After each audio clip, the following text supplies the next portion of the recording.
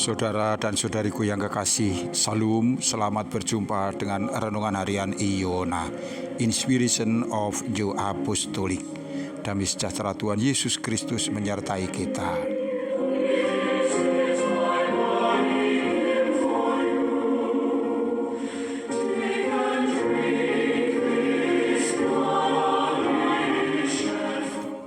Kita akan membaca firman Tuhan yang tertulis di dalam kitab atau surat Rasul Paulus kepada sidang jemaat Filipi dari Filipi 4 ayat 4 dan 5. Bersukacitalah senantiasa dalam Tuhan. Sekali lagi kukatakan, bersukacitalah.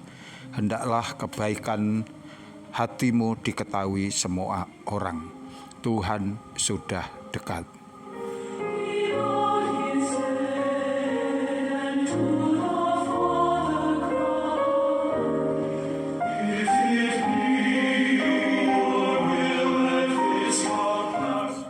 Saudara dan saudariku yang kekasih, kita sampai pada bagian 3 dari tema bersukacita di dalam Tuhan. Kali ini di bawah judul kebaikan paling tinggi, iman kita. Saudaraku yang dikasihi Tuhan, nas yang kita baca memuat 3 pesan yang sepertinya sulit dicari hubungannya. Ini seperti 3 pernyataan yang berdiri sendiri. Benarkah demikian? Apa hubungannya antara bersukacita senantiasa di dalam Tuhan dengan kebaikan hati yang hendaknya diketahui semua orang dengan Tuhan sudah dekat? Mari kita lihat hubungannya. Untuk bersukacita senantiasa atau untuk selalu bersukacita tidak mungkin kita mendasarkannya hanya kepada hal-hal yang sifatnya duniawi. Ini hanya mungkin dilakukan dengan menaruh Tuhan dengan segala kebaikannya sebagai pusat kehidupan kita. Berarti ini adalah masalah iman atau kepercayaan. Dan iman kita kepada Tuhan adalah kebaikan yang tertinggi. Mungkin kita telah melakukan banyak kebaikan dalam hidup, misalnya menolong orang lain atau sesama kita, bakti kita kepada masyarakat atau kepada negara, atau bahkan pengorbanan kita untuk sebuah cita-cita bersama. Namun jika itu tidak diawali atau tidak didasari atau tidak diinspirasi dari iman kita, maka kebaikan-kebaikan itu akan kehilangan nilainya untuk hidup yang kekal. Hidup yang kekal tidak bisa lepas dari Tuhan Yesus, karena Tuhan Yesuslah jalan menuju kepada hidup yang kekal. Dan juga hanya Kristuslah yang kini mempersiapkan tempat untuk masa depan manusia. Ia yang telah datang ke dalam dunia sebagai Mesias, ia akan datang lagi sebagai mempelai laki-laki bagi sidang jemaat Tuhan. Dan Roh Kudus melalui pengajaran Rasul mengatakan, hari Tuhan sudah dekat. Mari kembali kita lihat alurnya untuk memudahkan, baiklah kita balik. Kedatangan Tuhan sudah dekat. Kita menantikannya dengan percaya. Kepercayaan ini adalah kebaikan tertinggi yang harus nyata di hadapan orang. Menanti Tuhan berarti hidup sesuai dengan kehendaknya dan janji-janjinya.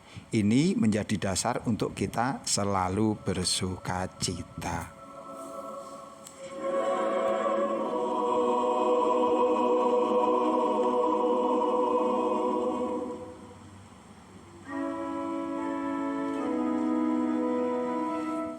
Saudaraku, tentang bersukacita di dalam Tuhan kita sudah bahas pada bagian sebelumnya. Sekarang kita akan fokus kepada poin berikutnya, yaitu hendaklah kebaikan hatimu diketahui semua orang. Dikatakan di depan, kebaikan hati pada derajat yang paling tinggi itu adalah iman kita. Iman ini harus menghidupi kita, harus menjiwai kita, harus menjadi dasar atas segala pemikiran, tindakan maupun keputusan-keputusan kita. Ini bukan saja harus ada dan nyata di hadapan Tuhan, tetapi juga hendaknya diketahui oleh semua orang. Langkah pertama tentu saja kita harus berani memperkenalkan diri siapa kita kepada orang-orang yang kita jumpai. bahwa kita adalah orang Kristen, bahwa kita percaya kepada Yesus Kristus sebagai Tuhan dan Juru Selamat. Ini kemudian bisa dilanjutkan dengan kesaksian kita mengenai pokok-pokok ajaran di dalam pengakuan iman kita. Sebagai misioneris yang diutus Allah, kita tidak ingin menyembunyikan karunia ilahi ini. Kita kabarkan rencana Allah dengan segala kebaikan yang telah Ia lakukan kepada kita, kepada semua orang. Kebaikan Allah hendaknya menjadi kebaikan kita juga. Artinya kita mempercayainya, kita menerimanya, dan kemudian biarlah itu hidup di dalam hati, pikiran, dan juga perbuatan.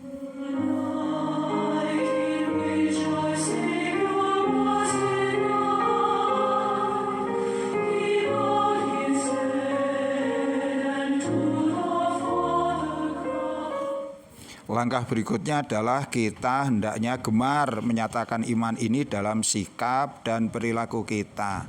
Yesus yang telah berbaik hati kepada kita, telah menolong kita, hendaknya itu menjadi inspirasi bagi kita untuk kita melakukan hal yang serupa kepada sesama kita. Bukankah Yesus sendiri yang memerintahkan agar kita mengasihi Tuhan dan mengasihi sesama kita, bahkan mengasihi seperti kita mengasihi diri kita sendiri. Bahwa kebaikan hati kita harus diketahui oleh semua orang bukan berarti kita diperintahkan untuk berlaku sombong dan menunjukkan perbuatan baik yang telah kita lakukan.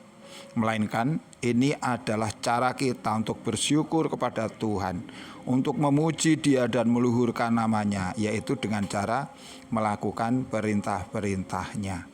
Perintah Tuhan adalah senantiasa kudus dan baik. Kebaikan inilah yang kita hadirkan dalam bentuk pelayanan kasih kita kepada semua orang. Dengan kata lain, iman kita tidak boleh tersembunyi di dalam hati, melainkan itu harus menjadi garam dan terang dunia. Ia harus membawa manfaat bagi orang lain. Tuhan memberkati kita. Sampai jumpa. Amin.